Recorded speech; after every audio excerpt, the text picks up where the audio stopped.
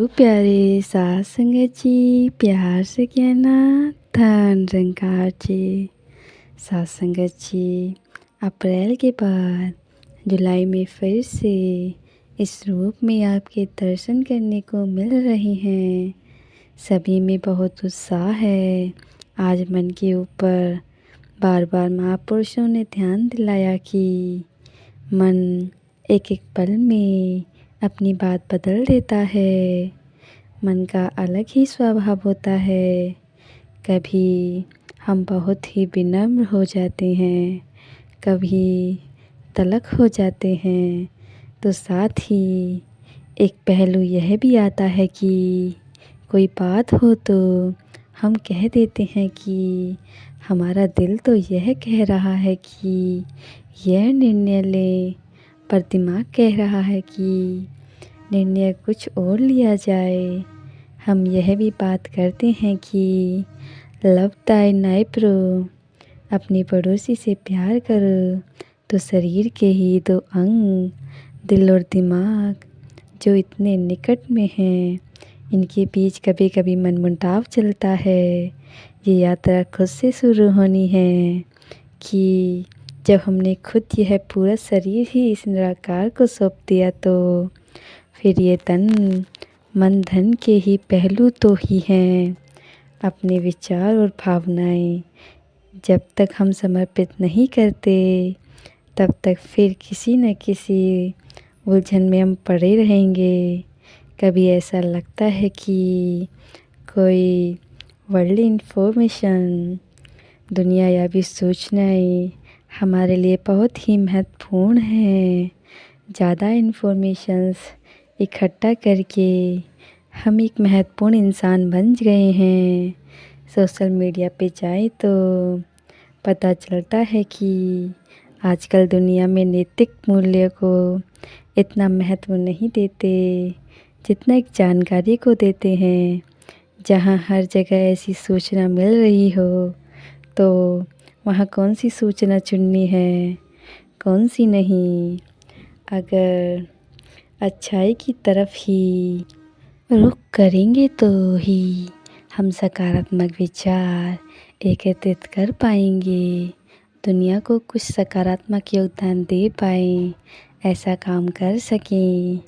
ऐसी चीज़ों में अपना समय लगाया करें, विचारों में समय लगाएं।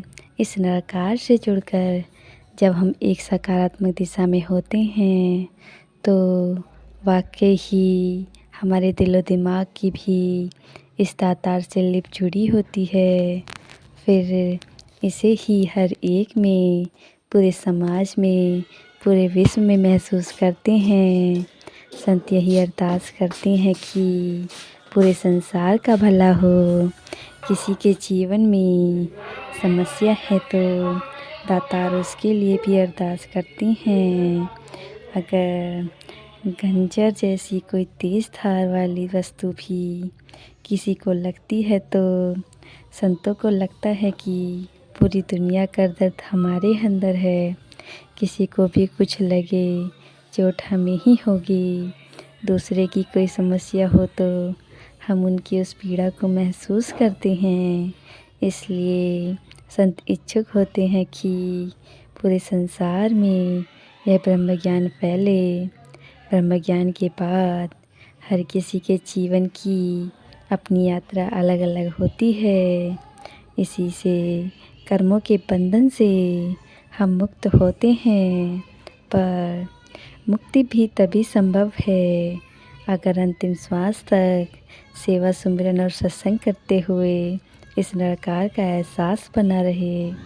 हर पल इतना चेतन, इतना जागरूक रहना है कि अनजाने में भी निराकार का एहसास न बिसरे, कोई गलती ना हो जाए।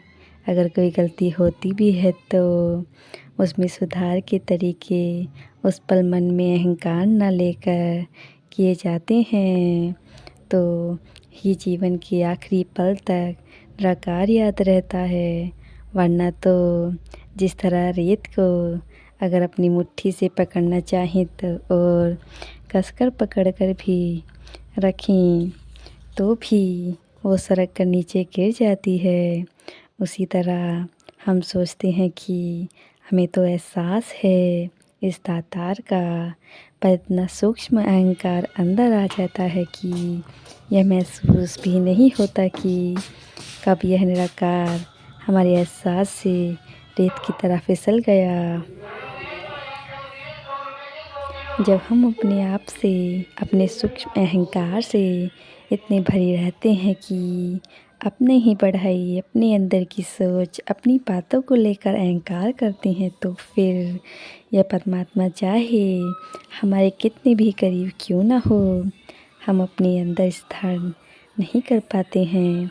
जब संसार में इतनी अलग अलग मान्यताएं, भावनाएं वाले लोग हैं, तो हर एक से प्यार कैसे किया जाए और अपने अहंकार को कैसे छोड़ा जाए, दूसरों को प्यार करते हुए उनको कैसे अपनाया जाए। बात वही कि जब हमें हर एक में यह परमात्मा दिखेगा तो वाकई ही हमें सभी श्रेष्ठ दिखेंगे, सभी प्यारे दिखेंगे।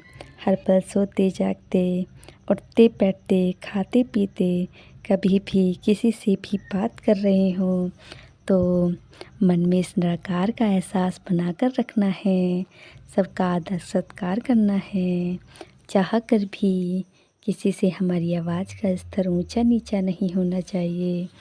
जो भक्त होते हैं वे सातों दिन 24 घंटे ही भक्ति होती है, कुछ पलों के लिए नहीं, कुछ घंटों के लिए नहीं।